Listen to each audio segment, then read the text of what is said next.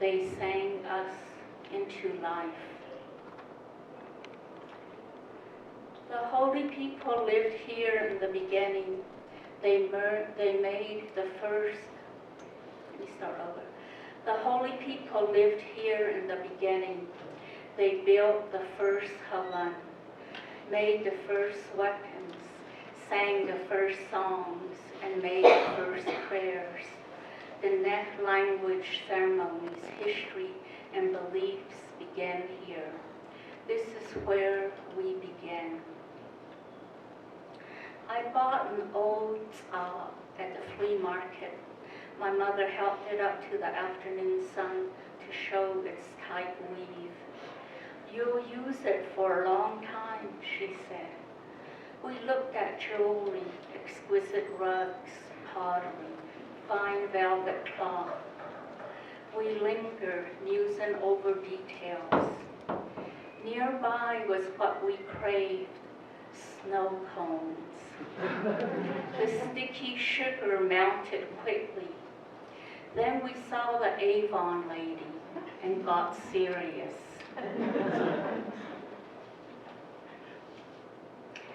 Long ago, the holy people made the cradle board, saying, by this rainbow we shall return.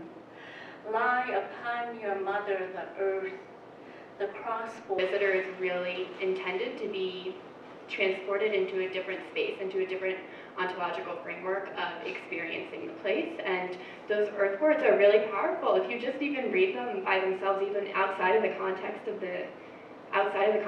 HNA, they're really, really powerful and really, they challenge your way of thinking, not only about the exhibit, but just about life and communities in general. And I think that was a wonderful part of the exhibit as well. And Lilia already started to kind of touch on our third point that we noticed in the exhibit, which is that HNA is meant to serve as an entry point into thinking about what indigeneity in the Southwest means. It's rather than being entirely representative of these different communities, you really get the sense that not all of the information is here. It's just a starting point for the visitor to learn about the Native communities here. Absolutely, and when we were talking to Bruce about this, he put this really well. It's process versus product, right? So it really unsettles non-Native perceptions of what Native cultures are, and what you think you know is likely incorrect, right? And that plays into with what Felicia was talking about audience. It's for both Native and non-Native people. And given the histories of museums and anthropology and academia and institutions, I mean, it's okay for non-Native people to feel uncomfortable in the museum, because for so long institutions and museums were created to make non-Native people feel comfortable and made Native people feel uncomfortable. So it's really flipping the head on what you experience intellectually and emotionally when you're in an exhibit as a non-Native person. Well, and I really loved going through this exhibit the other day because as a Native person myself, there were so many moments in the exhibit that I saw something and kind of chuckled to myself because it felt like kind of an insider reference just for Native people to understand. And that was really special to me, and I think that it's an entry point for non-Native people to learn about Indigenous people here, but it's also an entry point for Native people to feel more comfortable in these institutions that were not designed for them. And I think that that's something really important, that it is creating a new space where Native people feel like they belong. Absolutely, and I'm sure you all remember this part of the exhibit in Cycles. It's in that right-hand case where there's a burden basket full of Tootsie Rolls, right? And there's no further explanatory text, and there doesn't need to be. And then the last point that we wanted to make with this third point is that the authored text panels make it really clear that all of these perspectives are personal. So it makes the viewer wonder, what other perspectives are out there? What other things can I learn about the people of this region from, other Native people? There are other stories out there.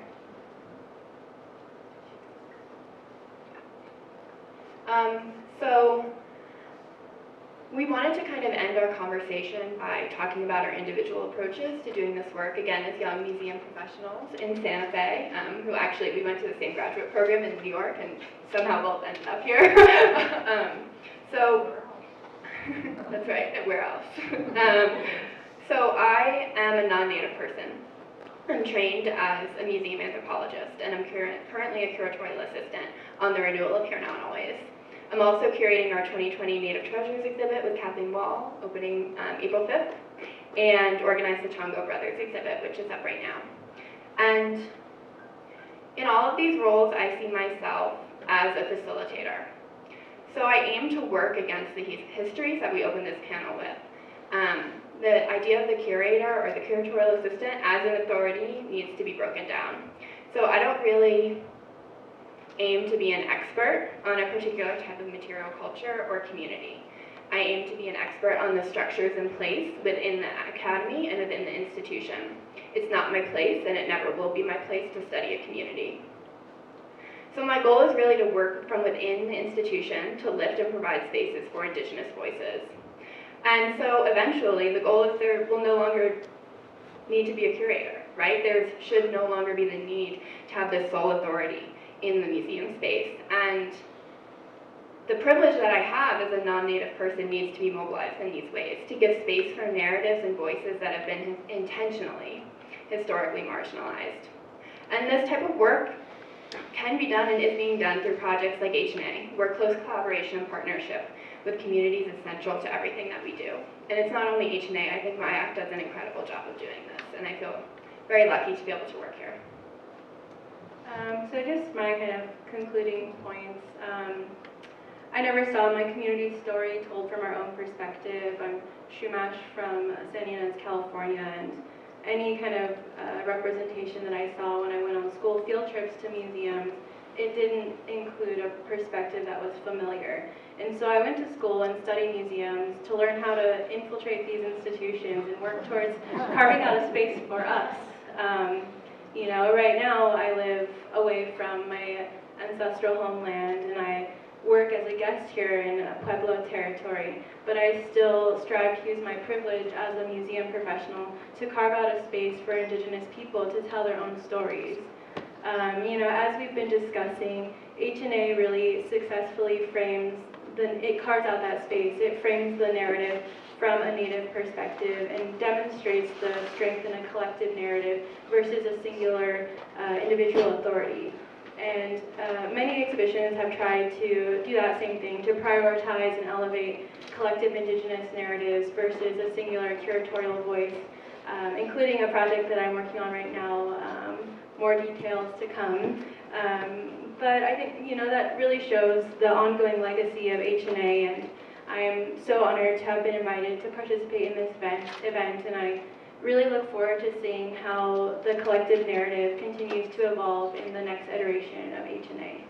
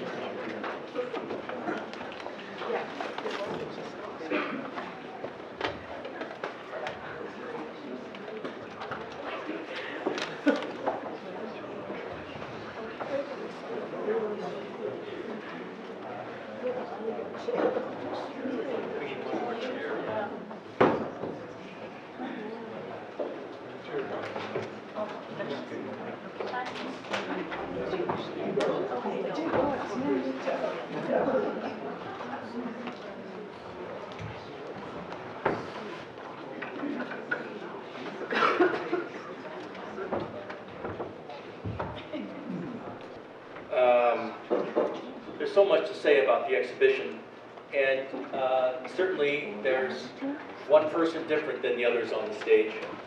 And what an extraordinary privilege to that people share their lives and their families and their communities with all of us. Some of you probably went on Thursday to San Ildefonso's feast day. And there's huge mice back here. Oh, here's one right there. Look at that. Thanks, Andy. Thanks so much. You know, at that day, on Thursday, there's so many different things, but the generosity of people, maybe you went to somebody's house to eat, maybe you just stood there on the plaza and watched them dance. And everything about Tewa people is out in the open all the time. And one of the things that you learn by going repeatedly is this is how you learn about people, is you have repetitive experiences with them. Nobody sits you down, gives you a book or a list of how to do that dance or be Tewa that day. But that's the way museums, like Lilia and Felicia talked about, that's the way museums have performed for decades and decades. And we are the inheritors of that not good relationship between museums and anthropology. Art historians, I'd add to that now too, in that where do people see themselves? Do people recognize themselves when they come to a museum or they hear a paper or whatever they do in terms of that translation back? Is it useful to the community? Is it respectful of the community? Is it responsible to the community? And that's what doing Here, Now, and Always was really about, was changing the narrative, changing around how we did things. And there's so many parts to it, it's just incredible. First of all, working with generous people, and I'll introduce these four individuals in just a moment and talk more about their roles. And this idea of not being comfortable in the exhibit. Lilia stated it pretty well. And I think that was a daring step for us. And I think it was probably the most important step. Can you imagine someone coming into your home and collecting 10 things from your house and putting them on exhibit, writing a catalog about them and putting them on exhibit, and not knowing you're going to come to that exhibit? And sure, you got it right. One's a red bowl, one's a green bowl, one's a blue bowl. But you know nothing about the emotional aspect of those bowls. You don't know about where that came from, how it's used, that it was your grandparents, that it held cookies or bananas, whatever it is. And that emotional context is what's missing from museums. So how do you step back and put that back? Now, some of you collect native arts, contemporary native arts in particular, so you get some of that experience. You meet people. I mean, you look at that piece in your house, you're seeing that person, or you're experiencing that person, or the smells of the day. But how does a museum do that? How do you take these muted collections and turn the sound back on? And that's really what the project was about. It was about turning the sound on and amplifying it. So as curator, as anthropologist, PhD, whatever, then it is a facilitator. It is opening a door, it's creating a portal. But it's also about the amplification. And I really think that's really what we worked on here. And I know that the new version of H&A will even be louder, which I think is great, because as far as we think that we have gone, and we hear all these words like collaborate, decolonize, I don't see on the landscape enough change. I see people doing wonderful papers at conferences and writing books, but I don't see the actual change where native peoples are made comfortable in these institutions and there's space for these people. When I arrived at MIAC, there were 4 native people on staff, all 4 what we would call, excuse me, but arm candy. Only one of those people was involved in the exhibits, and that was Ed Ladd. And Ed Ladd was there to stand by the side, and so I would talk about the exhibit, and Ed would say, yeah, that's right, yeah. So one of the first things I did is I went to Ed and said, what do you want to do? And H&A is part of that outcome. The Earthwords, too, was an amazing circumstance. We've heard a little bit, Lucy reminded us so much of that. Lucy was just not writing the Earthwords for us, but we got the first versions of the text back, and they were a little cold, let's just say. They were just a little impersonal. And I called Lucy on the phone. Yeah, we actually used phones in those days. We didn't have email yet. I called Lucy on the phone. She was in Tucson teaching there. And I said, what do you think? She said, we need a writer's workshop. And Lucy came up. We held it in the MEMA auditorium in the lab building. And 16 text writers, everybody was there that day. And she helped transform keys and address books and pens and pencils into personal narratives. And that personal narrative is in the exhibition. And that narrative, importantly, is not this stone object is used to grind corn, but it's more about the way that Tony writes about dance in that great Aura Sede large mural, and Tony talks personally about what it means to dance. His knees were hurting, painting his son, rattles and so forth, and the continuance of that. It's about the words and the objects that Lily created. It's the hogan that's confused people for years, and we think that's wonderful. That's her father's hogan. It's a very personal piece for her. It's also about electric guitars in the exhibit that belonged to Tony that he loaned to the exhibit. It's about the Ramada that he brought. It's about the very tiny Orno, perfect size for a 20-pound dog, we think. But all of those things are things he did. With Tessie, her hand is every place in the exhibit. She and Rena was part of the original architectural board that helped build MIAC. It didn't come out like she planned. She and Dave Warren were on that. It didn't come out as actually the museum system had told it would be. And both Dave and Rena were a bit upset, probably Rena more than Dave. And yes. And so my first task was talking them into coming back. And talking Rena into coming back was such an important step for us here. And Tessie came along with Rena, and what a dynamic duo. We had the building built. We were actually in the wing. The exhibit was planned, and we stood there in the middle of the room, in the middle of the 9,000 square feet, and the designer said, well, this is what we're going to do. And this is after years of talking about the different sections and so forth. And Rena grabbed that sheet of paper from him, and she said, no, it needs to go like this on the directional axes. And much to Carrie's credit, he turned the exhibit on the directional axes. That's also where we developed the idea of the mountains and framing that space as it is. And I think those theme sections will also confuse people. They don't walk in and they don't see an Apache or a Navajo or a Pueblo section. And that came from standing over that map with the herd. And those sections then, like cycles and architecture, cycles is the world as it is and how people make sense and live in that world. Architecture is how the world's built and how people live and build themselves in that world. Language and song is how people express themselves. Agriculture and hunting is about how people sustain themselves. Exchange then is about how people interact with one another, people from different places. School is about how outsiders have come in and told Native people who they think they ought to be. It's all about flipping the narratives back. And the art section is about how Native people have spoken back through their arts, unbeknownst to people at times. So each of those sections have a great deal. And I think, as Felicia or Lilia said, any object could go in any section.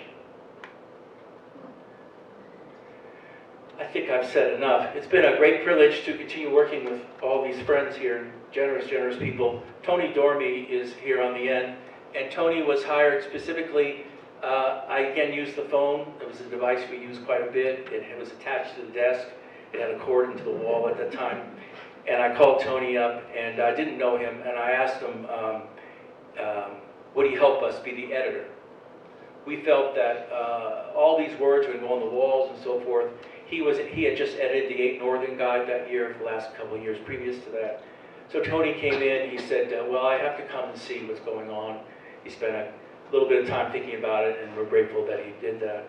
Tessie Naranjo is from Santa Clara, Pueblo, and Tessie was a great help in every aspect of the exhibition. And as we went through certain sections, like what we did with the planning grant was we had 4 sections of people come in. We basically divided it into time periods, and in those time periods, the last one was translation. How do you take the translation? There are good things in museums and anthropology and other people who have worked with Native people, but how do you find the things that really are those people, represent those people? And Tessie, throughout the project, has always looked at that. Tessie and Paula Mirabel also did a very important part of the project. I guess it's all no longer part of the exhibition. And that was a very important opening of the exhibition. and that was a film project. They traveled throughout the Southwest, throughout New Mexico and Arizona. I think it was 27 different communities that you went to. And we formulated 2 questions, as I reminded Tessie the other day in email. They sat over here by the windows. That used to be a solar wall that looked out on Sun and Moon Mountain. We sat at a table, Paula, Tessie, and I, and we formulated 2 incredible questions, 2 powerful questions. And those were the questions we asked each community member if they would say something about on film. The first question was, tell me something about how the world came to be. And you walked into the exhibit, the room where Roxanne's piece is now, that was covered with how the exhibit was done, all the authors, the text authors, everybody was in that room. That room was designed as another type of portal.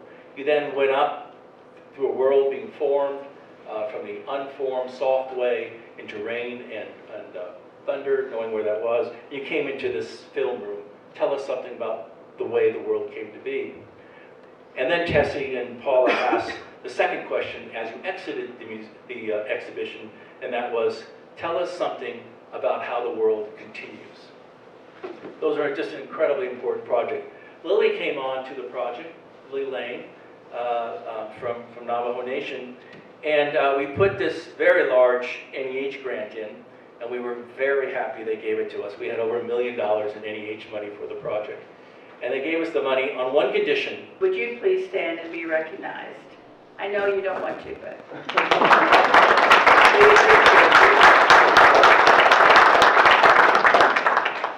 You know, when I first came here to, I almost said Dr. Martin. That's fine. To MIAC. The first charge was to do something about the Here Now and Always exhibition. It had been here for up for 20 years, and I calculated during that time, because I had to do a report to NEH, how many people had seen that. So that was about 4 years ago, and I came up with 1.2 million. So now, since that time has passed, it's around 1.5 million individuals have seen the current exhibit. And when I started the task, I talked to all of the stakeholders that were involved here at MIAC, and I know that the docents, especially, this exhibit is dear to their heart, and they told me that the visitors love this exhibit and they hated to see it come down. So when we began our planning with the curators and the curatorial teams and the co-curators, a decision was made that would keep the same themes and some of the material, but it would be, and also the same title, because it was just a pause and a change in the progression of Here Now and Always, much like the perspective of Native people towards life. So that's what the way we have approached it. This exhibition will be coming down sometime next month. We thought it was going to be tomorrow, but we decided it'll be in a couple of weeks. We're still waiting to finalize the construction contract, so that demolition will get started, and then after that they'll start with construction of the new exhibit. So it's been a great experience for me to work with the past individuals, like our panel today, to hear from them, their involvement in the development of this exhibit, and certainly the new exhibit. So with that, I'd like to call Dr. Bruce Bernstein, the former director here and curator, and the gentleman that led the development of Here Now and Always, and he will introduce his panel. Bruce?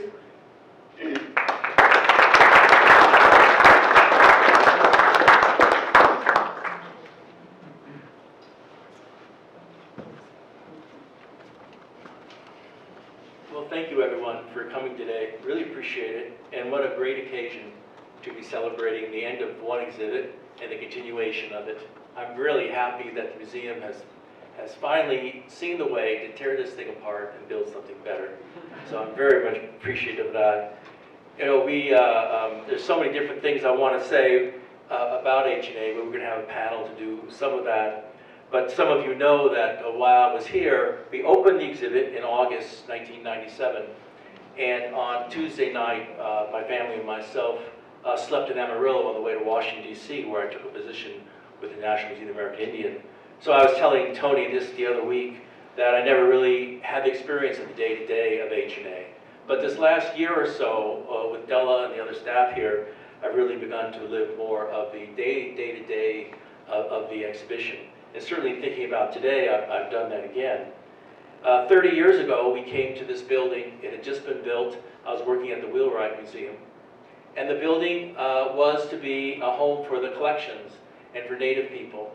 They had built a wall across the building, across the front of the building, to separate it from the Laboratory of Anthropology, a much beloved building.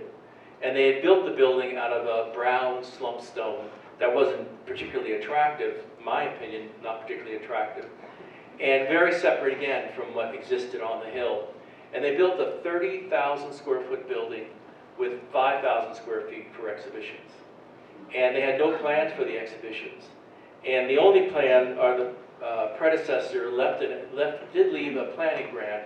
And in that planning grant, he had great anthropologists coming in, people like myself, non-Native people, talk about Native people.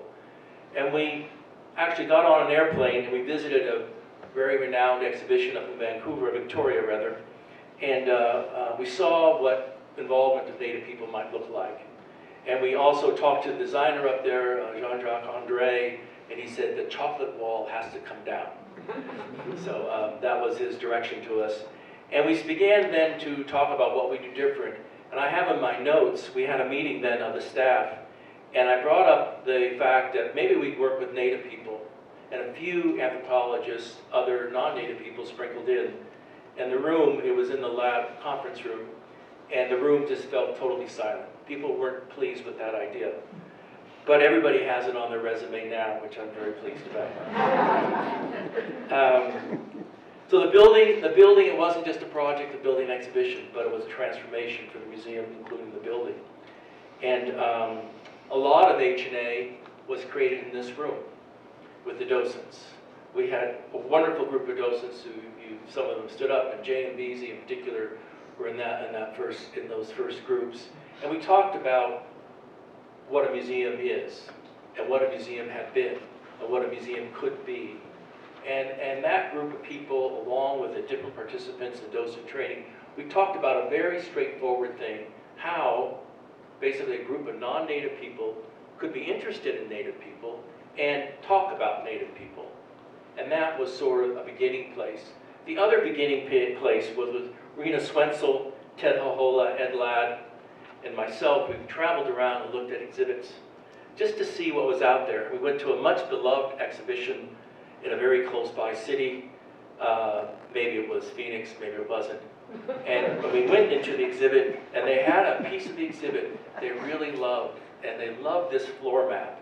It was this great big floor mat, and it had rails around it so you could stand and look down on the southwest and lean in and get a sense of the topography and landscape. And Rena Swensel, who was part of our core team at that point, said, well, now we know what we're not going to do. And we kind of went from there. We're going to start today. We've got a couple of different things that'll happen.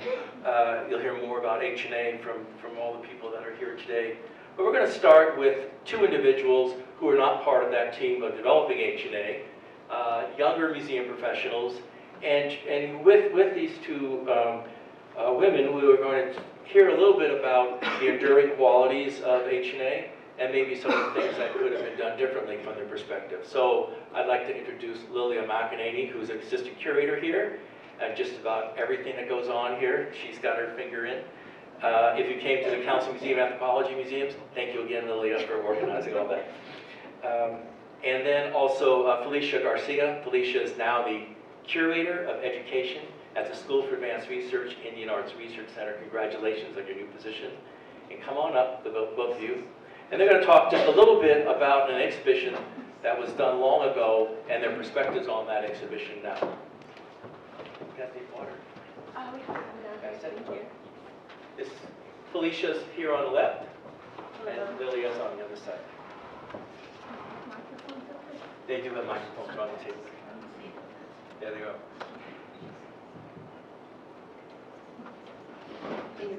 Hello? Can everyone hear me? Can everybody hear me? Okay. Okay.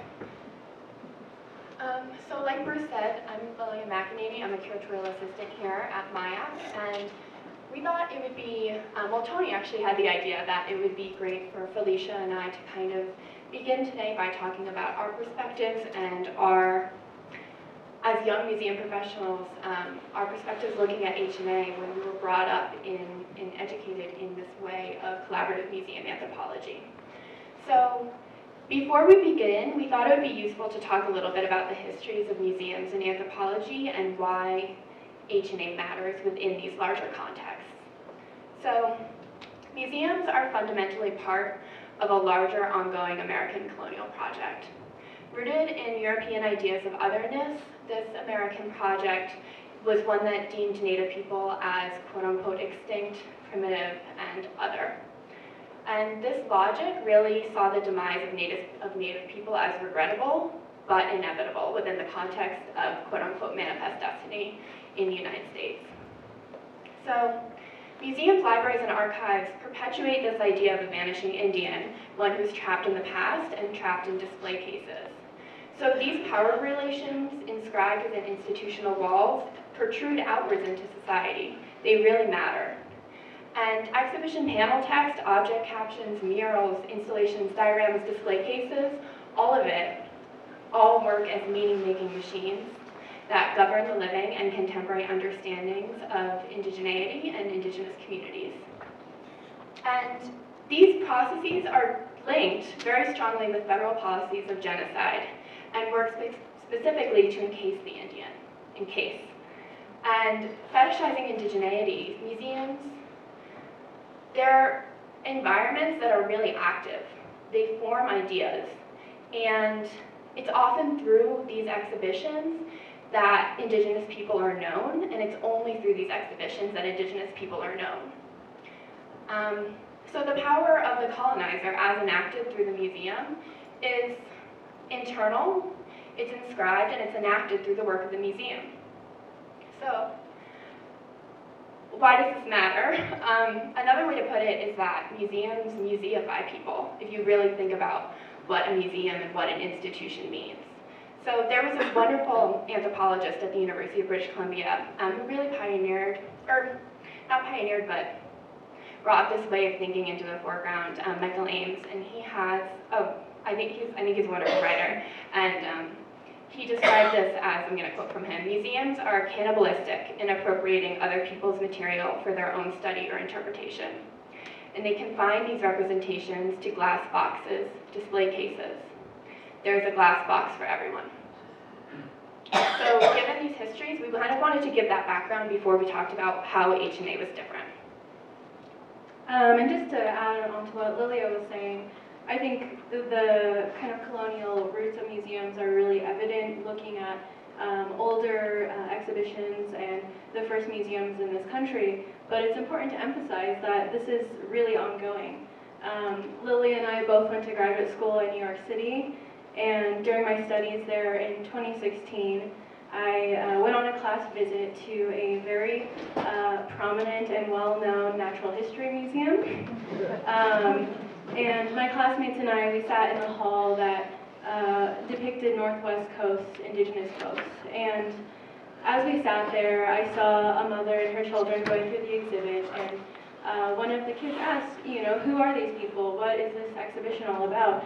And the mom leaned in and told her children that it was an exhibition about cave people who were around during the time of the dinosaurs. And you know, that experience is not unique, and to me, it really encapsulates the intended colonial function of a museum. To those visitors that I overheard, the exhibition communicated that the Native people represented in that hall were both primitive and a past or extinct people. According to this colonial project that Lilia was talking about, it was successful. It served its intended function, which was to represent Native people as both inferior and other. So given this problematic history and present state of many museums in this country, Lilia and I decided to revisit HNA recently to try and pinpoint what exactly makes this exhibition different. And we came up with 3 main points that we're going to elaborate on today. So the first point that we think, it really ties together the whole exhibition, and all of these points all really blend together. But the first one is, and Bruce talked about this a little bit already, in Here Now and Always, Native narrative and voice is the authority. So text is written in first person, it's active, and it's present. So individual text panels are authored, right? You all have seen this as you go through the exhibit. The original curators of HNA really did an incredible job of emphasizing that the text was really one perspective on one story. It's making explicit that there's a larger shift happening within the walls of MIAC where the institution is no longer speaking to you. It's instead individual people who we have here who are sharing stories, and that's really the center of Here Now and Always. And as we were walking through the other day, something that really stood out to me was the fact that Native voices can be heard from any point throughout the exhibition. So contrary to the exhibition that I mentioned just now, in HNA, you're constantly reminded that Native people are a present people, and it is their perspective that frames the narrative of this exhibition, which is really different from anything that I've really experienced at other museums other than tribally run cultural institutions. Yeah, and a point that really brings us home too is even in Ancestors, the section that addresses archaeology, archaeological quote-unquote data, as many people might think of it, is framed as a story. So we're putting indigenous narratives and indigenous voices on the same level as Western quote-unquote science, right? So we're really elevating what is deemed as legitimate in the eyes of the non-native viewer. And I feel like that was a really important shift that happened specifically in the Ancestors section. And at the same time, elevating the oral histories and oral traditions of Native people to the same level as archaeology. By describing archaeology as a story, you are kind of complicating the authority of the museum, and it shows that really any narrative in a museum is just a story, and that these institutions are not neutral or objective. Absolutely, and as the exhibit is really propelled forward by these narratives, these narratives are supporting, they're the main point of this exhibit. It's not the objects themselves. The stories are what gives the objects meaning, rather than the other way around, which is what we see in a lot of exhibitions. When you walk in, you have an extended label that tells the facts of that object, and in HNA, it's really, it's the opposite of that, and I think that is an incredible part of the exhibit. I also just wanted to mention that when I walked into this exhibit, to me it was unclear who the intended audience was, which I think is really successful. You walk into most museums and it's very clear that they are telling a story about Native people to non-Native people.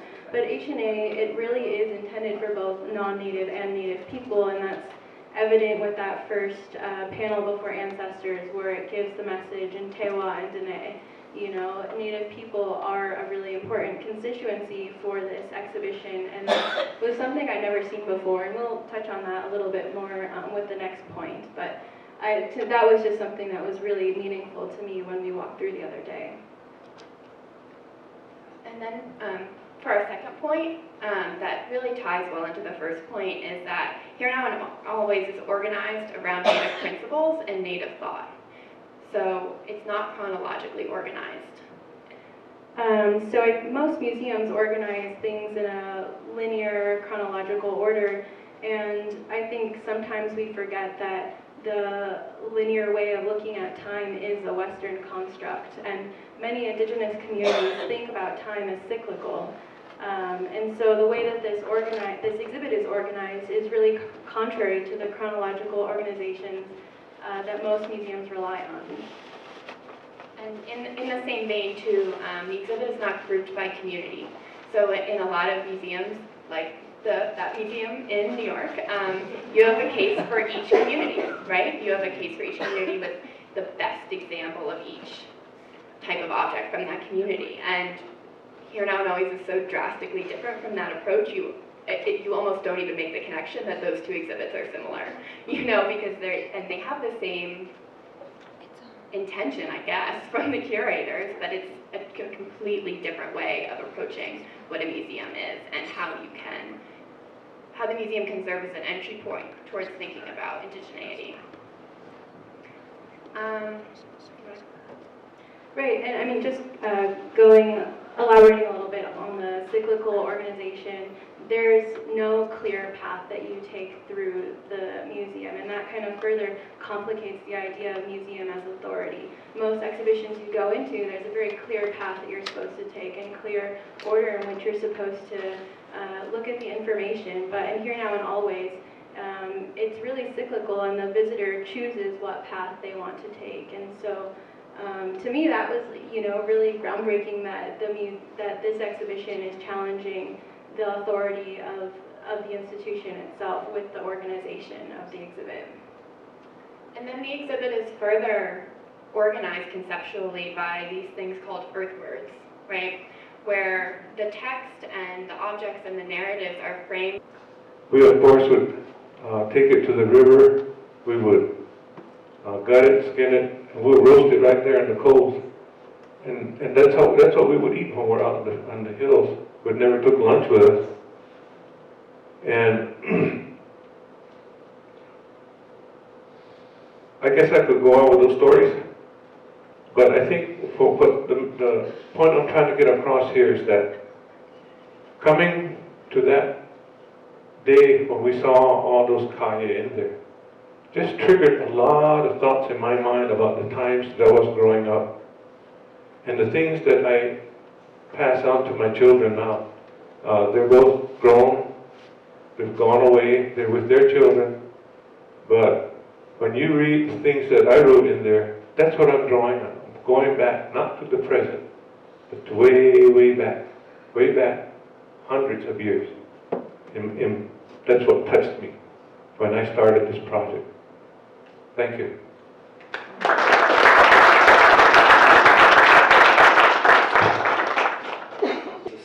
Of the NEH grant, and did some very important work. The kitchen she built, the Hogan I've mentioned, and the trading post is filled with her favorite things. You want to know, and then she also, and I still could fit in those jeans, in the marriage section, she's got a Navajo bunch of stuff, and my size still, I'm glad to say.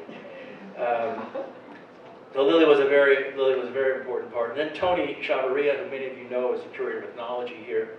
I hired Tony out of, he went to University of Denver and then had a year at SAR. And I hired Tony here basically knowing we needed to employ people and that young people needed a chance.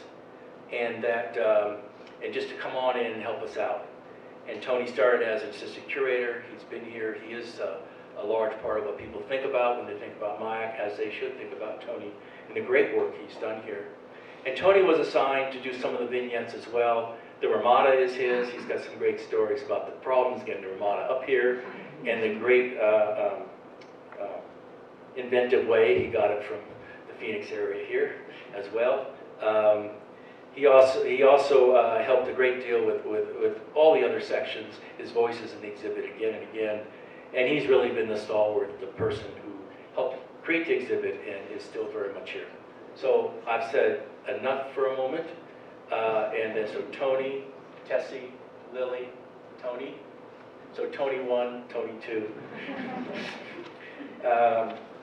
And we're going to focus on the same questions that Lilia and Felicia focused on. And I forward this to everyone. And I don't know if anybody wants to volunteer to speak first. Lily, is that you that want to volunteer? Yeah. Thanks. Okay. Take that. I want to stand. Please do. I want to stand over there.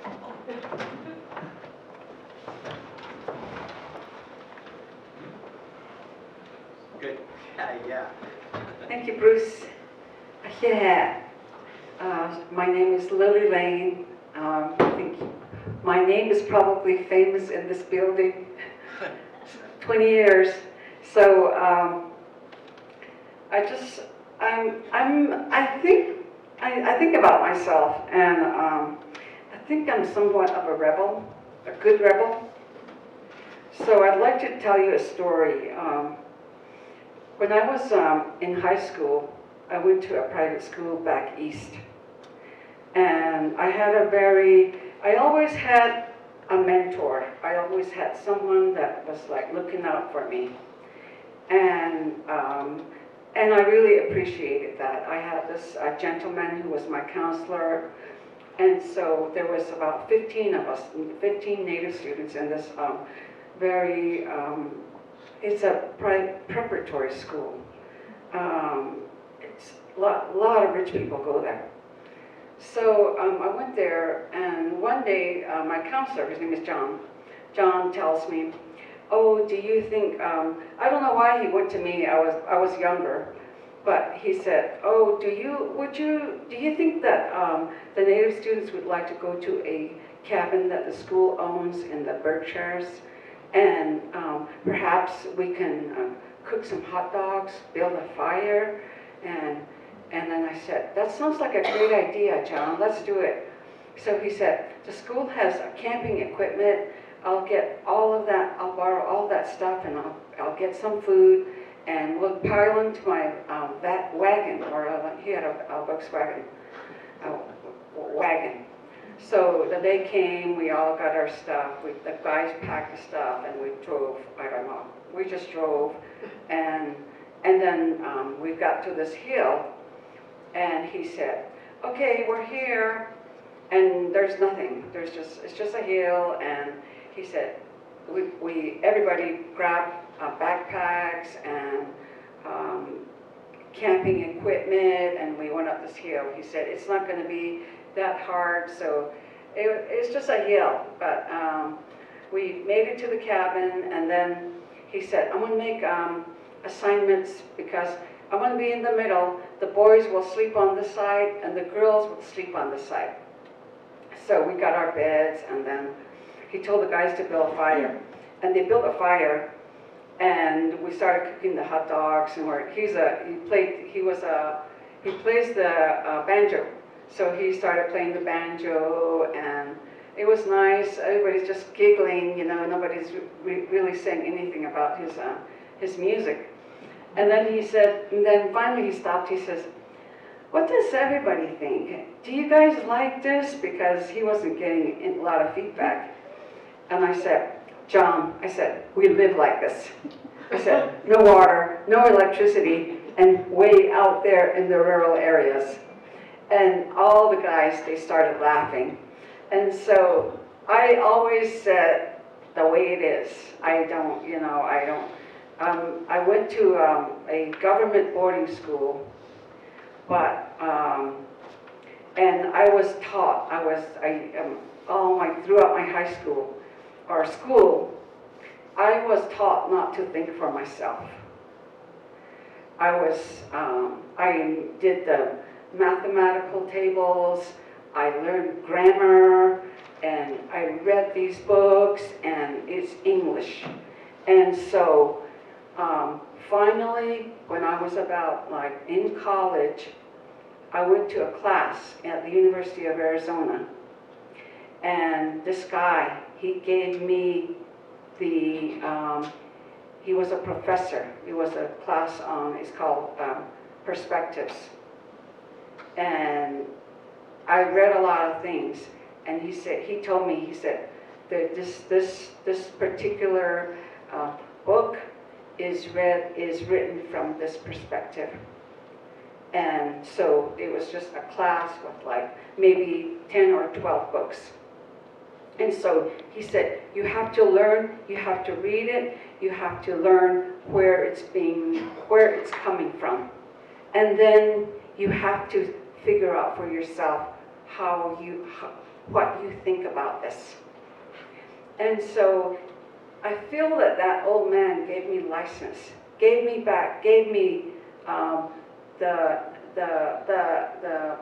he told me, you can actually think for yourself and you can write about it. And that's what I need you to do in this class. And then I took a class with N. Scott Momaday, probably all know him. Anyway, I took that class, I read House Made of Dawn, and then he was talking about House Made of Dawn. I was way in the back and I was crying. And so those two classes, they taught me that my thinking and my perspective is valid. And so after I cried, I was liberated. And then then the years went along, and then Lucy, I got a hold of Lucy's books. I read her book, and I think she came to the university, she read Raisin Eyes. So that's how I remember Lucy. And then I think I shared that with Bruce. I said, Bruce, I love Raisin Eyes. So when I told Lucy, I always said, can you read Raisin Eyes? And so she always used to read that whenever I'm in the audience, because on the reservation, I didn't really grow up on the reservation. And so, but when I'm at the University of Arizona, I would see these guys with dark hair and brown skin and raisin eyes. And they weren't interested in me, but it doesn't matter. And so that poem was like, I really like that. I really love that poem. So anyway, that's how I'm just giving you these things from my history that brought me here to do this wonderful show. And then, like I said, John was my mentor in high school. And then when I came here, Bruce was there. And as long as I have a leader and he tells me, yes, you can do it, here's the money. That's what Bruce told me. He said, you've got this much money to work with. And I could not believe it. And I'm like, really? Really? And then I talked to Nancy. I said, Nancy, and she was one of the, she worked in the museum, with the Fine Arts Museum here. And I said, Lisa, Nancy, we have this much money and we can do research on hogan. She didn't know how to make a hogan. So we went out where I live. And this was Halley's Comet. Do you remember that? Okay, Halley's Comet. We were at this place called Cadillac Ranch. And it's just a little shack with an old car, a turquoise car that belonged to my older brother. And it was a stopping point. We moved from winter camp with our sheep to Cadillac Ranch. We'd be there for about maybe 3 weeks or a month. And then we go to the summer pasture. And so we stayed at Cadillac Ranch in the fall when Halley's Comet was visible. And the sky was tremendous. And Nancy and Linda, I was out there, we took a tent, and it was so cold. I just remember we slept, like Nancy slept over here, I slept in the middle, and then Linda slept on this side. But it was so cold, we had to like snuggle against each other. And the next morning, the only thing we could do was like turn on the Coleman stove and make hot water and have hot chocolate while we're all just standing there freezing. And so we went to some hogans out there where I knew the people, and they did their research, and then we came back with the information, and that's how we built the hogan. And so I don't know how much time I have, but I'll stop right there to give the other speakers a chance. Thank you.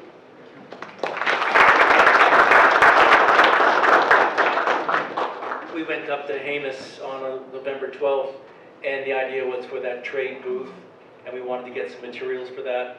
And Lily went with us and Sarah Schlanger, and we walked around, and the only two words in Navajo I really know were Beso and Belagana, white man, money.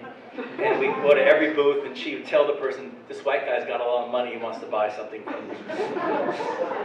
So, who else? Tony? Tony, want to come up here? Can you hear me? Yeah, good afternoon. I was going to say good morning. Back 20 years ago, thinking back that long, at that time, I was a somewhat young professional, more or less. And when Bruce called me about working on this project, I had no idea, what museums were about, how they were put together. I still had the image of museums as were being described as giving a viewpoint of the majority and not the minority. So I was a little concerned about what approach I was going to be taking here.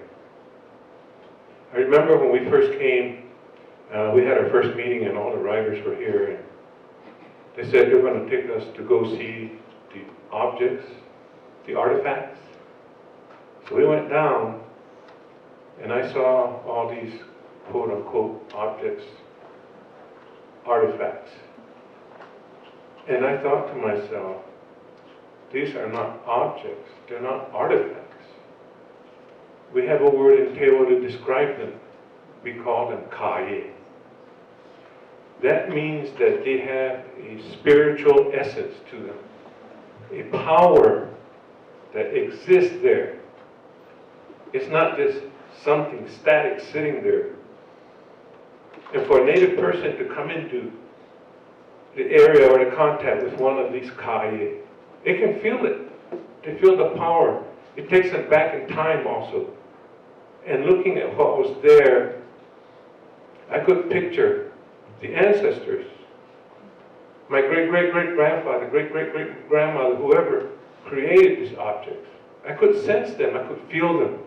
They're here.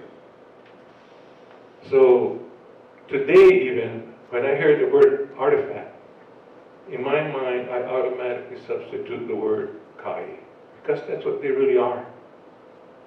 And it was interesting to me in my thoughts taking me backwards in time. I thought about the Tewa language that we speak now. It's a mixture of Tewa, English, and Spanish. It's that exchange, cultural exchange that's happened.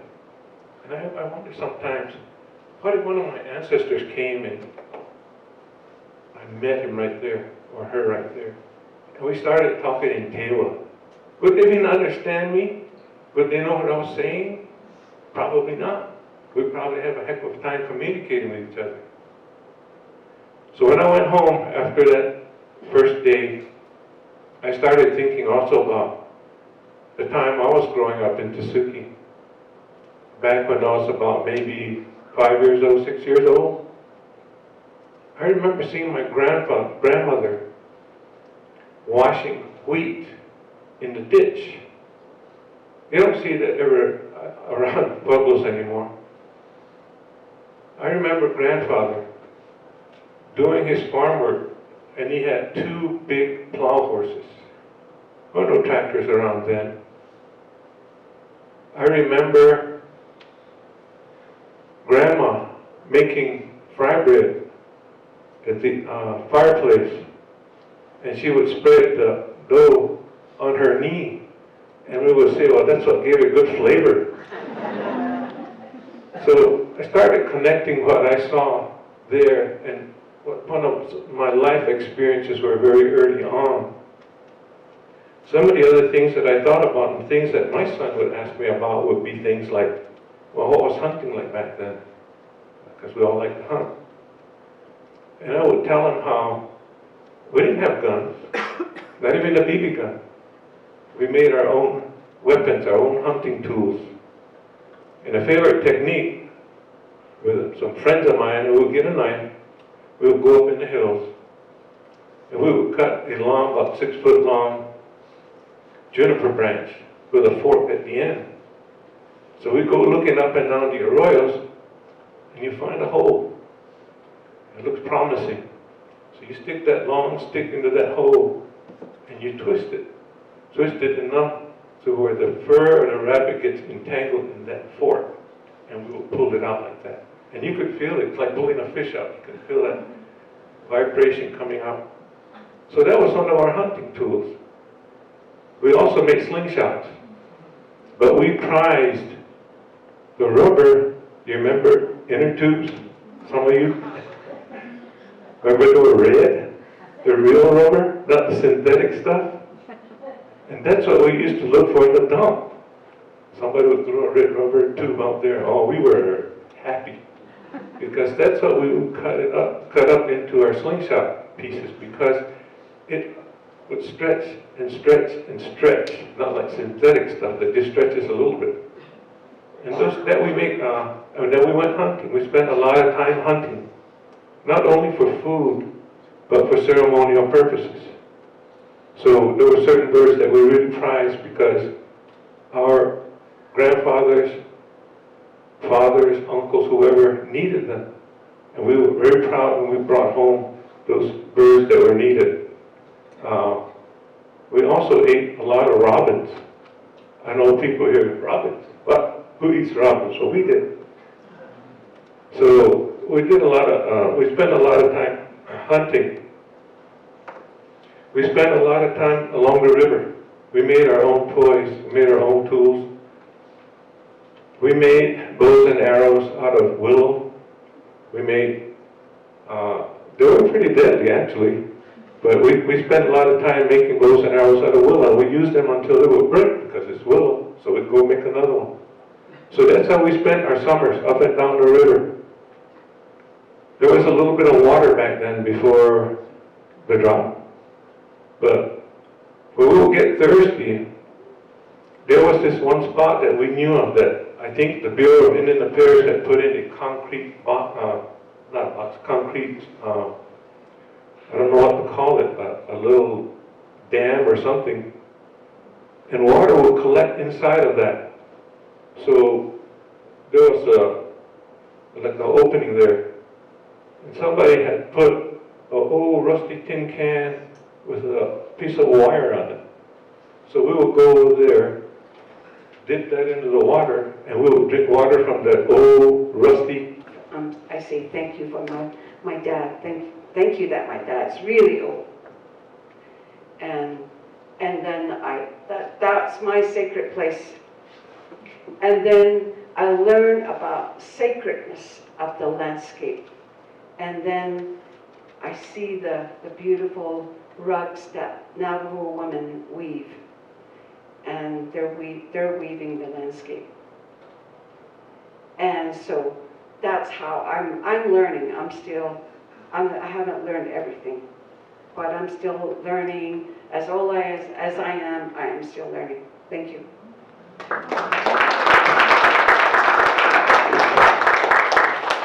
Thank you, Lily. So I'd like to open it up to the audience. There's people who have been involved for quite a while, and we've left out some people who's not here. We had 20 different consultants to help us write the final NEH grant. We had an advisory panel. It was an extraordinary group of people, all of them born the first 2 decades of the 20th century, consider what their life experience must have been, and what they taught us and showed us. We had other MIAC staff, the education staff, in particular, librarians and archives, exhibition staff, the museum, the conservation staff, the marketing staff. We had the text writers, there were 16 text writers. We had videos, as Tessie's talked about, 27 different people on that. We also had videos. We put a lot of the advisory panel in those videos on the floor of the exhibition. And then we also, just a few things about the earthworks. We originally talked about them being actually on the ground. That's what Rena had wanted them to be, on the ground. We talked about people standing on them or not standing on them. And the real center of everything, although Rena in one meeting was a very diffuse meeting and a little disorganized, and I thought everybody would sort of take the lead. And Rena turned to me and said, "What are you doing? You're in charge." She really surprised me, to say the least. But the person core about the middle of a lot of what we worked on was Ed Ladd. Ed was from Zuni Pueblo. When he came here, he had a full career. He drove tanks in Italy and the South Pacific in World War II. He worked for the Park Service.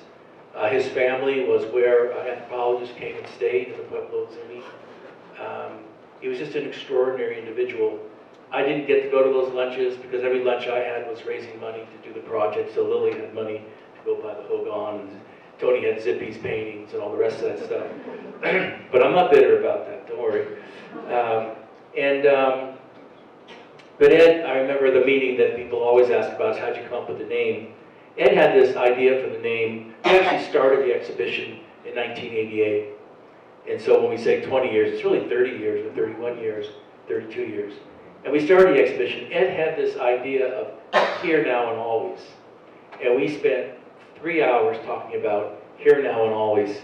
I think Tony was definitely in that meeting. It might have been, I don't know if anybody else, Lily was in that meeting. And we came up and everyone agreed. We agreed on the punctuation. But it was a long meeting. And of course, we then told marketing, the museum marketing department, they said, it's not grammatically correct. You can't use it. And we did use it. And that reminded me then of everything we did in the project was about breaking the rules. We broke the rules about how museums work. We broke the rules about including people. We just kept breaking the rules, as Lily talked a little about her own life experiences. And those rules included, at times, a staff here and other museum staff, not here in this building, who were very disgruntled with the idea that Native people would be given the opportunity to give a voice. Because what did they really know about their own histories and cultures? That was really always a complaint, that we were just hiring people or just using people because they were Indians, as people would say, not because they were knowledgeable, like some PhD from UNM or something like that. So it was a constant sort of playing out of these attitudes that Felicia and Lilia talked about. They never have gone away. And people continue to talk about that. And the last thing, and then we're going to open up for little questions, is people talk about decolonizing. And I understand what decolonize means. I understand that this is a colonial institution. But you can't decolonize something in terms of it being a state structure, and buildings and the collections and so forth. You really have to do something like just happened here, where it's indigenized. That this is the pleasure of my life, not my career, but my life, working with people like this and hearing these stories and trying to formulate them in so we all can share in those stories somehow. And that's indigenizing. It doesn't get at doesn't chip away at what happened and how these pieces got here, how these lives got here in the collections. But it's about something else. So I'd like to raise, if anybody has some questions, comments. Yes, sir. This has been an education for me because I was away from New Mexico and Alaska during this whole time frame that you're speaking of. But I now see what influence you've had on the Museum of the American Indian, on the mall, the way they address Native people here and now, and as continuing people. So you deserve a lot of credit for that, influence at the national level. The one question I wanted to throw at you guys, I know the hour's late, and so you want to drop it. To me, right now, we're at a point where tribes and of all over the world are asking for their things back. And institutions such as museums may just be way stations for turning back to these tribes their belongings, both in private and public collections, with young people who are now trained up from those tribes to help them create their own repositories. And I'm wondering if you see that as a future or not. A really good example, I think, of that is the Indian Museum in Milwaukee, the Paul Museum. Most recently, what happened was they had the Smithsonian return on a long-term loan, not repatriation. Sorry. not repatriation, but long-term loan from the Indian Museum over to the Poe Museum. And the long-term loan is 17 years, and then they'll monitor it, and if, after the 17th year, then if things are going okay, then they'll keep on extending it. But there are, I don't know how many tribal museums there are across the country, but this long-term instituting of bringing Haje,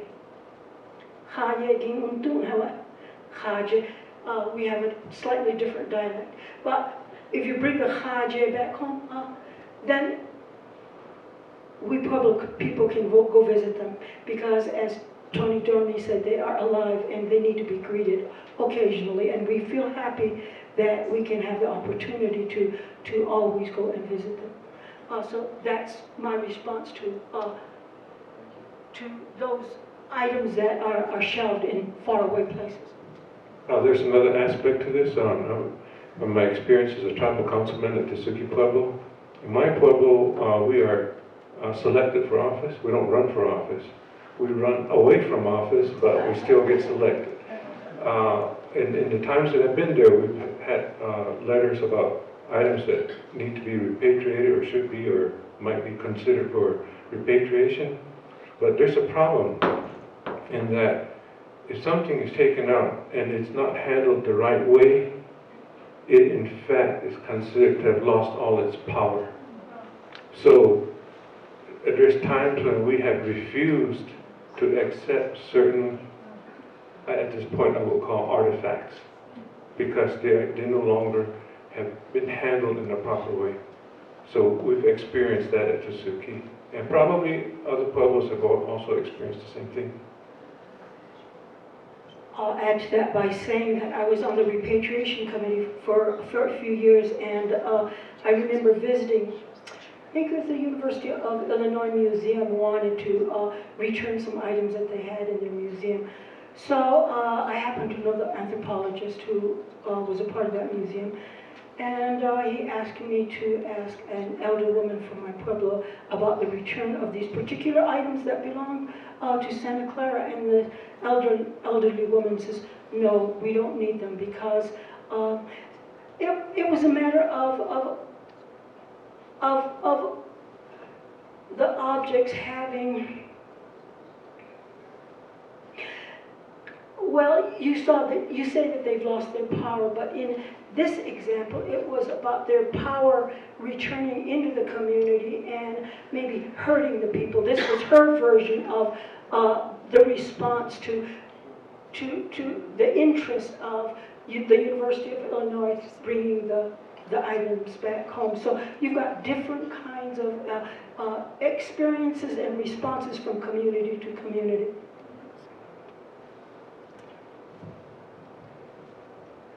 That's probably pretty complete. There's a lot more. I think a lot more, but while we move on. Go ahead, please. So I have a question. Hello? Yes, it's working. Yeah, it's working. Hi.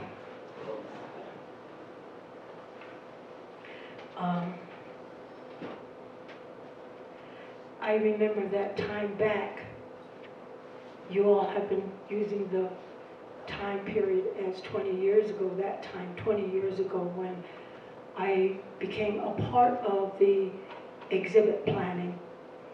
Not at the very beginning, but a bit later on.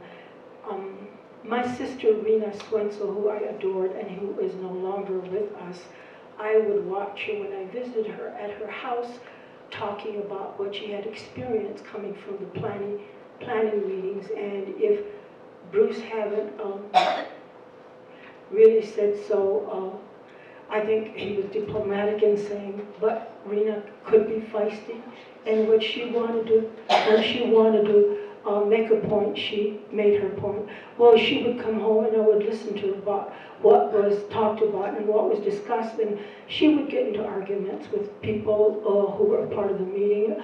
That included her very dear friend Ted Ohola, an Isleta Pueblo man in architectural planning who teaches at the University of New Mexico.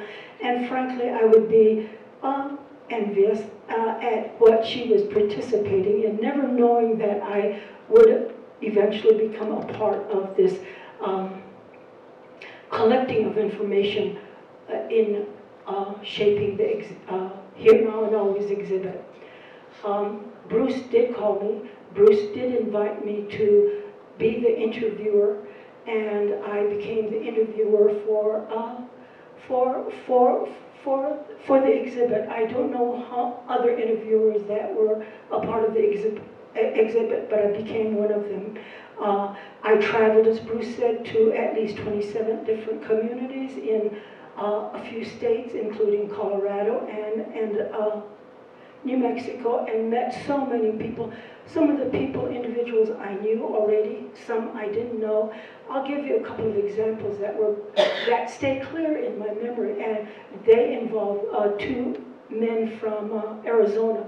One was an older man, and I want to say that I've always liked, or I was always been intrigued with bird songs, and not really knowing what they meant, because we don't do bird songs here in among the pueblos here in New Mexico. So when I got a chance to interview this older man in Arizona one day, we were sitting outside, me, Paula, and this older Arizona tribal person, and he began very naturally to start singing bird songs. I was just so impressed, and still have that memory in my mind. He lost himself, and we recorded. The other memory I have is of a younger, middle-aged man, again from Arizona. It was hot, it was summer, and we were interviewing. I want to say that it was about 115 degrees on that day that we were interviewing this middle-aged man, but 115 degrees seemed to me outrageous, and I can't believe that I would say 115 degrees, but I want to say 105, but I better stick with 115 because that's what I remember. He wanted, of all places, for us to interview him by the side of the highway. I said, okay. So here we were interviewing him by the side of the highway. We had a good interview. What I remember about the interview was the heat that was simmering up from the asphalted roadway, and I was impressed with that. The interview went well, but those were two good memories that I remember. On and on and on the interviews came about. Men, women,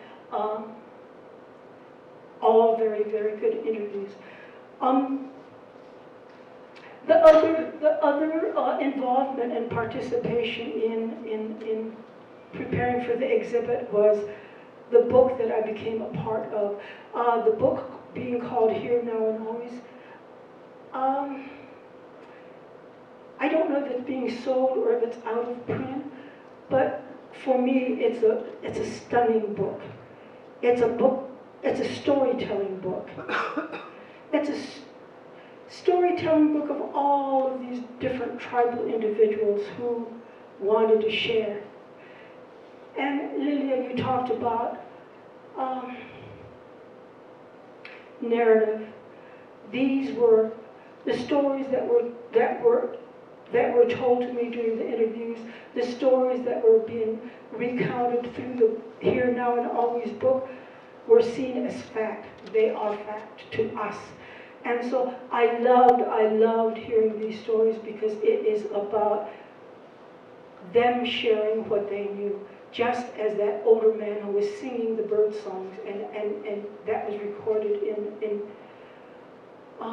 that was recorded to us during that day. These individuals who knew their community so well. This older man, this was all that he knew. He knew about singing. He knew his place. He loved his place, and he was willing to share it with us. In the book, Here, Now, and Always, let me share a little bit about the values that came out from the book that are dear to me. One of the values being that of language. Edmund Ladd. Edmund Ladd recounts in the book past attempts by missionaries to take away our languages and our culture. And he said that at Carlisle in the 1800s, children died from loneliness. Can you imagine that? There are still burials of children in Carlisle, Pennsylvania, of these people, and they were taken away from their parents, from their community, from their families. They died from loneliness. In the same breath, Edmund Ladd said, now our language is dying from loneliness. Our language is our value. We've been speaking our language, this language that Tony, the two Tonys on stage know for generations, for many, many generations. It is value. It is of value to us, and that we want our children to continue it. So that what I try to do at home is to teach the language at home to those who are interested and those who are wanting to learn the language. It was my way of contributing to my community. In the book, Tony, number 2, Tony Chavarria, I was pleased to read that he talked about canteens, and he said, canteens intrigue me. They have simple purposes, they have many stories. Maybe a vessel, and we also ourselves are vessels. There is a table word called nung that we use in our language. The word nung means earth. The word nung is earth. The word nung is us. The word nung is earth. And to me, that it is so significant. And when Tony Chavarria talks about maybe a vessel, and we also ourselves are vessels, talks about the fact that nung is us and nung is earth. That just seems to me so significant when I read that in the book. The other value that I picked up from the book was that it is so natural for us to believe that all things have life. Lee Kunwanwisima, a Hopi man, said his father and grandfather sing to their corn plants. I remember another interview when I was interviewing this elder from San Juan Pueblo, and I still remember that moment when he told me he would go along his corn plants, and he would be as tall as the tallest man, 6 feet tall and more, or maybe less. But he would be singing to the corn plants, row after row after row, just as Lee Kunwisima's father and grandfather sang to their corn plants. These Pueblo men sang to their corn plants so that the corn plants would be nurtured and they would mature so that they could feed we people that we may continue to survive. The women, after the corn comes into the village, grind, and as the women are grinding the corn, songs are sung. Can you imagine the stones being happy, the matates being happy when they hear the songs? This is truth to us. All things have life. This is our value. Tony, number 1, you talked about your experiences as a youngster, about the natural resources that you use to play, to catch your rapids. So many stories, as he said, in the different Pueblo communities and other tribal communities about using the natural resources, clay to make pottery, brushes, wood, stones, baskets, tools. All of these have life. We cherish them, but they are also functional just as we cherish them. Paula Rivera in her books, in the book said, and you mentioned her name is Mirabal. It's now Mirabal. It's not Rivera any longer. But Paula, as I know, then you heard me, Rivera said, to me, art is my children, my work, my home, my community. That phrase meant something to me because it speaks about all things coming together, all things creating life. The other value that comes out from that book for me is this value of reciprocity, such an important thing. And again, I'll quote Lee Kunwanwisima from Hopi. This is what Lee said. He said, we are at the mercy of nature.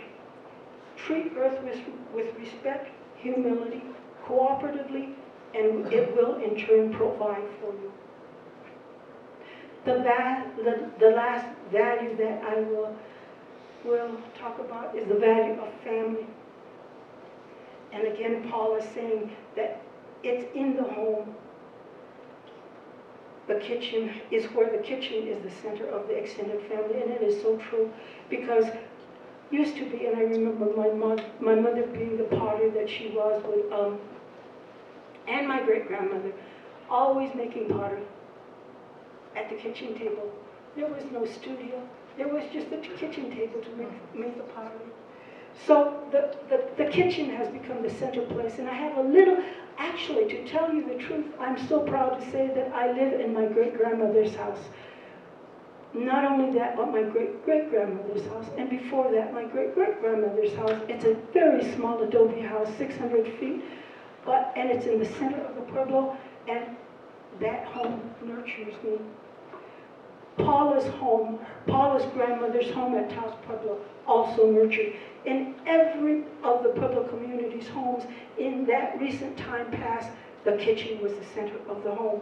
And Paula was so insightful to recount that the kitchen is the center of any family's home. So family is a value that continues to be important to us. And that's all that I'll say for now about what I want to tell you about my role. And I am grateful for having participated in preparing for the exhibit, getting to know all the people that I knew, learning from them, and at the same time,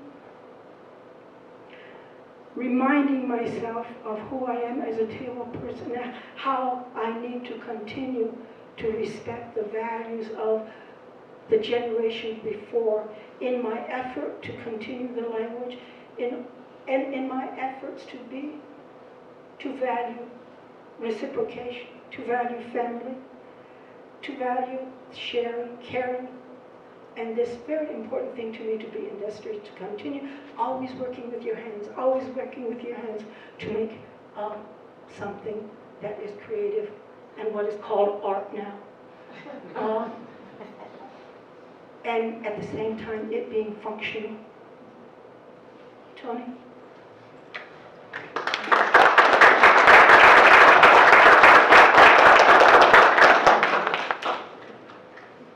Again, thank you everyone for coming out this afternoon. It's really good to see a lot of familiar faces. Just one quick correction. I went to the University of Colorado at Denver, not the University of Denver. I could never afford to go to the University of Denver. I stayed in their dorms once for 1 quarter when I was in art school, and it was certainly an eye-opening way to see a different world. Let's see, and then, yes, when I came here, I was assistant curator in collections, and one of my first things that happened here was going to the Here Now and Always, meetings, and then he eventually shrunk them to the what they call the core curatorial committee. It was a smaller group that was going to be hopefully a little more wieldy to work with, and so I was really surprised and thankful to be included on that core committee. And so today just brings back a lot of different memories. Even today, like hearing Lucy, hearing her earthwords, I hear them all the time when I read them, but today I was being able to hear her voice reading them again was a real treat. because they mentioned that those earthworks that she and Ed worked on are something that really made the exhibit also very different. And we're still going to be using them again in the renovation. And then when Lily came, then we shared an office for like almost 2 years, basically. 2 years we were in office number 1, and there's no cafe here back then. For a little bit, that first period when I worked here, there was occasionally there'd be the fried bread guy off and on. But if you either brought your lunch or you went out and you went out offsite to go eat lunch, and we did that all the time because even though we couldn't really afford it, but we just always said that we would laugh at poverty. And we'd go out and eat lunch, we'd go to Molly's or Maria's or something like that, or to Carlos Gospel Cafe, sometimes with Ed, because we were going there, and it was on Tuesdays or Thursdays, when was it the banana cream or coconut cream that Ed loved, so we would go for that. So occasionally we'd get him to go for those days, and we'd do that. And then as we're going through that I remember, I never thought that we could have made people better riders in basically 2 short days, but that's what happened. In my recollection, it was basically around this time of year. It was January, is my recollection, and that might have been a similar weekend like right now. And I remember Lucy, we had some like different objects, and before we did exercise, it was in your pocket. I think there was one as a knife, and I remember she stopped and she walked over there and she turned the knife around. Because she said, oh, you're not supposed to have a knife pointing at you, or have a knife pointing at someone unless you're going to eventually, stick it. So she turned the knife around. And then she was talking about my coffee cup, because then I used to carry this big blue enamel coffee cup. It's called the cowboy style. And but she said, oh, it's my grandfather's type of coffee cup. And she was, I like those coffee cups. And so I always remembered that. And then Angelo at the same writers retreat writing about the Bing Crosby woven hat. How basically that is something that was even made for the tourist trade, but it's still, even like something too, like even like sometimes wedding vases or the bird ashtrays, all the two things that were made to be sold, basically they are born in the same way of things that are used in the community are. They go through the same process, they're made of the same materials, and they go through the same blessings that we have from the plants, from the earth, and everything else for them to be created. And so that they have that still that inherent value, that inherent spirit that other things have, and that was something that I still remember to this day.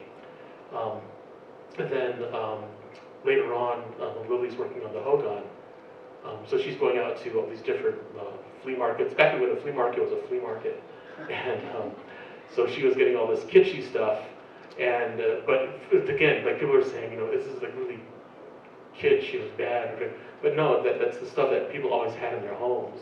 Because I remember when she had the Martha, before I judged someone walking around in her moccasins thing. She has we have a plate version in the Hogan here.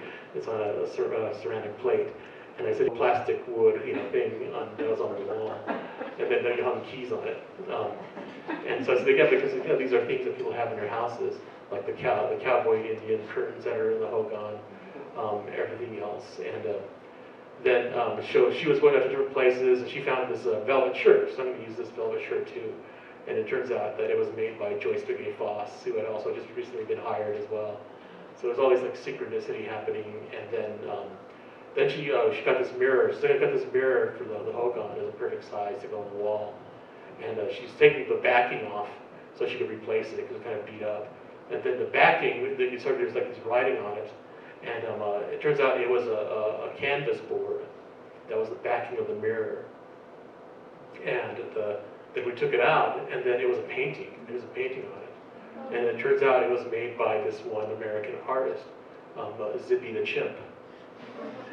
And then who was actually who had still been on TV sometimes in the 80s.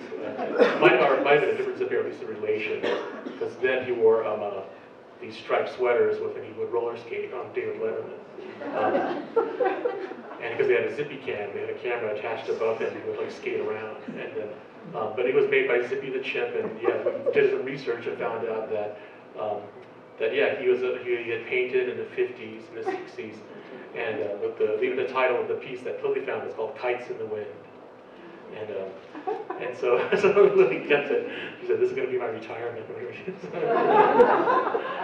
And then I was looking it up recently, and it turns out actually the Cosmo, the chip, actually has a better market, unfortunately. But I just remember seeing that, and then just being so stunned by it, and so I brought it to our next collections committee meeting about the museum acquiring it, and but they turned it down. So we don't have these Zippy chip paintings in our collections.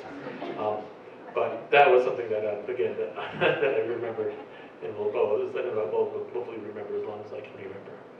But it was just something too that to be a part of something of these different groups. Like when I went to the University of Colorado Denver, even though I was basically 2 to 3 years older than the average beginning college student, I was often still the youngest person in class because it's a commuter campus. There was no student housing, and no, as everyone said, no football, no dorms, whatever too. So it's mostly but adults, retired people, parents, things like that. So it was from there being able to be exposed to these different perspectives and different backgrounds. I think it was also helpful here because again I was definitely oftentimes the young person and just learning from other people, and so being able to be a part of that and to go through that type of work. I remember Nancy Allen telling me, "You won't work on a project like this for a very long time," and it was true. And that, but so it had all of these enormous rewards working on it. So that I'm just grateful for everyone who helped make that possible to be part of that, because it really helped me expand my views and to make, again, as Lily said, basically become a facilitator and like I say, a conduit that you're helping people understand the way museums work, and also how tribes work and how people think, and that we're all from different places, and it's been I think a privilege to be exposed to all these different things. So for that, I'll be always grateful. Thanks.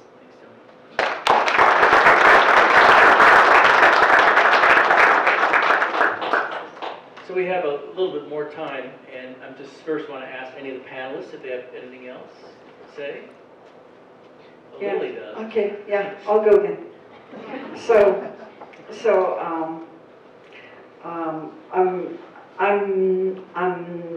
I grew up very traditional. My grandfather was a medicine man, so he's like a doctor, but he sings over people and then makes sand paintings to connect a sick person with the earth. And then he sings and he prays for them, and that's how he was healing people. I did not know what he was doing. I was like 5 or 6 years old. And so, but it was really, I grew up with my grandparents for a while, and I was told, don't do this, don't do this, don't do that. When your grandfather is doing a ceremony, you have to do this. Stay with your grandmother. And so, and that's what I did. And but there were times when we broke the rules, and we were very young. We didn't know what we were doing. I have an older brother. I'm always second in command. Right? So I always had an older brother. That's why I respect authority. And so then I had a little sister. And so one day my grandfather went off to go to the store. And my grandmother said, I have to go after the sheep. Your grandfather's going to the store. You've got to take care of your little sister. And then it says the same thing to my brother, take care of your little sisters. So they leave, and it's just the 3 of us. And my brother said, we're going to have a ceremony. And all this time, he was always with his grandfather. So he knew how to use all his things. And then he was praying and he was singing with his grandfather. He was always next to his grandfather. But we were like with my grandmother. And so he said, we're going to have a ceremony. And I said, okay. And then he said, your little sister is going to be the patient. And you have to help me because I will be singing and I will be praying over your little sister. So you have to help your little sister cooperate with me. And then when I take a break, you have to feed me. And I said, okay. And this is where trading comes in. We used to have Hopis when they have a harvest with their corn and their squash and their melons. They used to come and we give them a sheep and they give us food, corn, and so there was a lot of melons. And so so my brother started doing the ceremony, and I kind of knew how it goes. And then so he tells me at this one point, he says, he makes this medicinal drink. And he says, have your little sister drink this and then make sure she throws up.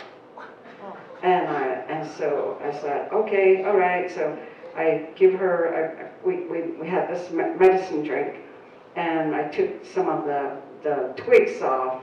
And then I said, you gotta drink it, and then you gotta throw up. And so she's drinking it, and she's like trying to throw up, and she wasn't throwing up. And then so it took a while, and then my brother said, okay, all right, it's okay, we can forego this, she doesn't need to throw up anymore. So then break time, he says, he takes a break, he's laying over there under the shade, and he says, you need to feed me now. And I said, so what do you want? He says, give me one of those melons. And so all we do is with those little melons is you just bust it. And the native melons they have a heart, what's called a heart. So in the center, there's the fleshy watermelon. And so when you bust it open, it's just the heart. So the heart is like sweet, and it's really good. So that heart, the heart of the melon, he would eat it. And then he said, okay, that's good. And then the rinds, I would just put it over there. And so anyway, we did, and then he got ash, and he put ash all over my little sister. And then we had pollen, we use pollen and praying, and you offer the pollen to the earth and the air and the land and all the directions, and then my little sister. So then we finished. My brother put the medicine bundle back together. He put it back up way on top of the tree, and then from there we just played. And then my grandmother came home, and my little sister was like, she had ash all over her. And then she had little yellow spots. We all had little yellow spots on the top of our head. And then my grandmother says, what did you guys do? And I said, my brother ran away. He's sitting on a tree, like maybe half a mile away. And I said, grandmother, you got to talk to my brother. And so it was like, what did you guys do with your sister? And I said, Grandma, I said, we had a ceremony. And she could not contain her laughter. She was standing like she couldn't laugh. She was laughing, but and then she said, so she went and she talked to my brother. And my brother said, yeah, I had a ceremony because our little sister was not feeling well. And then so my grandmother, she cleaned up my little sister, and then she saw the yellow spots on the top of our head, and she said, okay, all right, we have to explain this to grandfather when he gets back. And so grandfather came back, and we're all sitting together, like in the court of law. Grandmother, we're all huddled around grandmother. We're very small. My brother's about 5 or 4 years old. I'm about 2, and my sister was like even younger. And my grandmother said, grandfather, the children had a ceremony. And my grandfather looked at the kid, us, and he said, so he went to his medicine bundle. He took out his medicine bundle, put out everything, and only one object was out of place. And then he said, okay, you stay here with the kids. I need another ceremony to fix this. So he rode off on his horse, and we didn't get punished.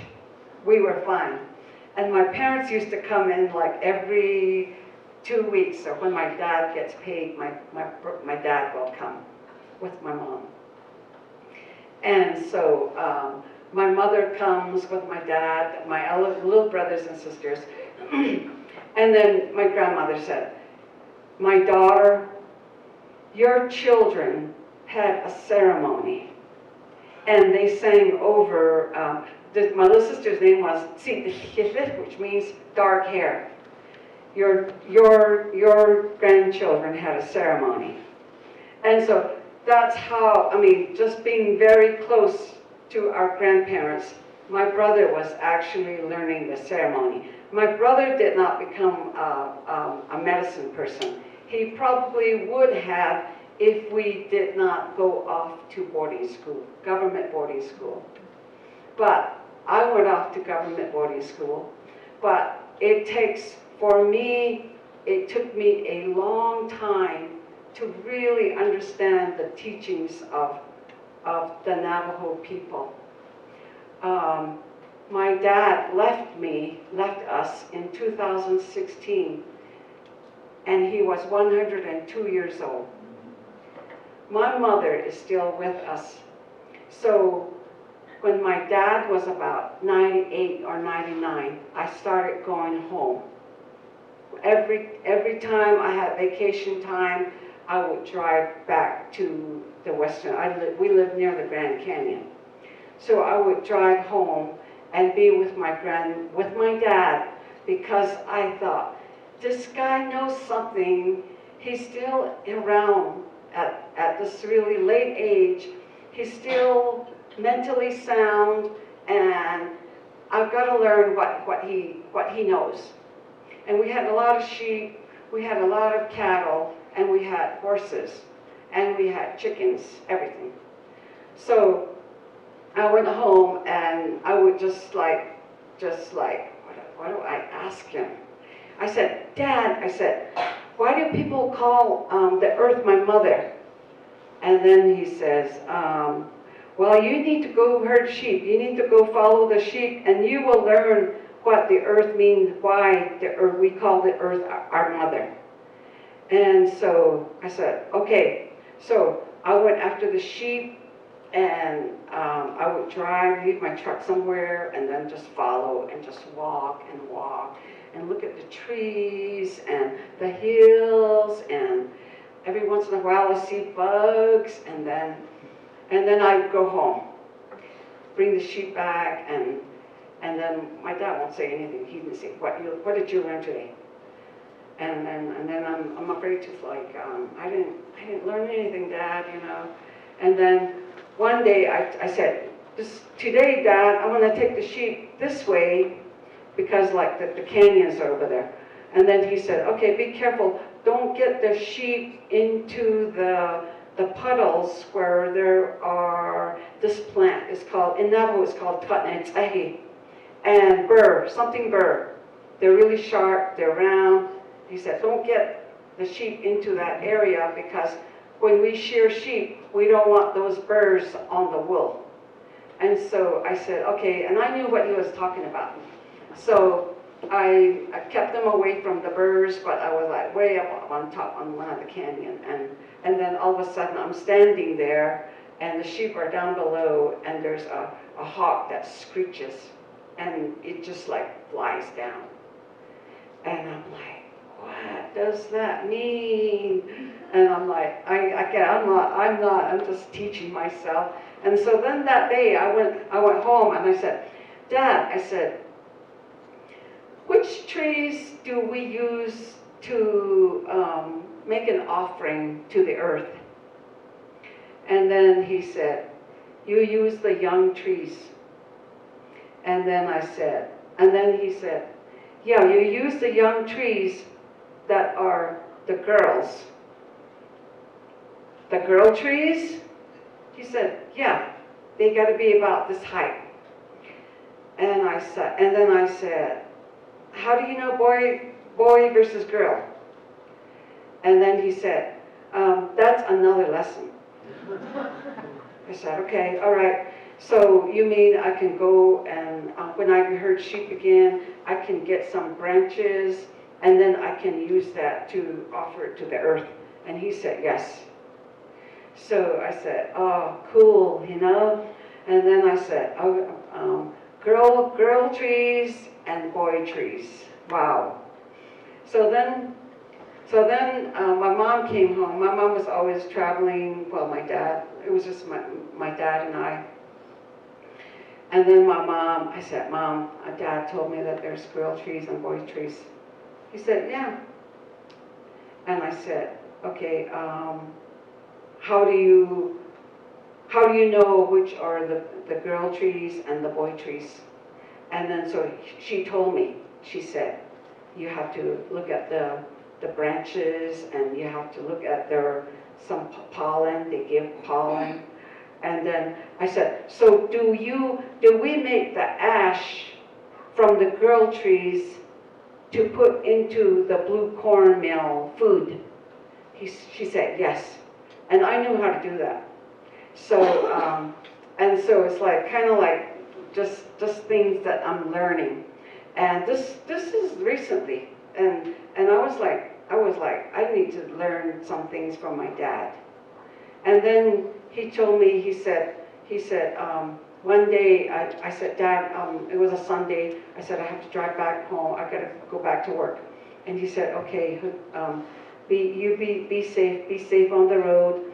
And then he said, I'm going to my sacred land.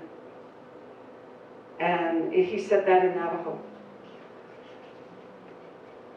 And it didn't make me cry then, but at the same time, at that time, I was doing a lot of work. I was traveling throughout the reservation. And I know he said that places where there's water are sacred. And then he told me that, and then he said, there are other sacred places, but you have to learn about those things. And so I used to go north of Window over toward Shiprock to a place called Buffalo Pass. And it's beautiful up there. There's nothing up there.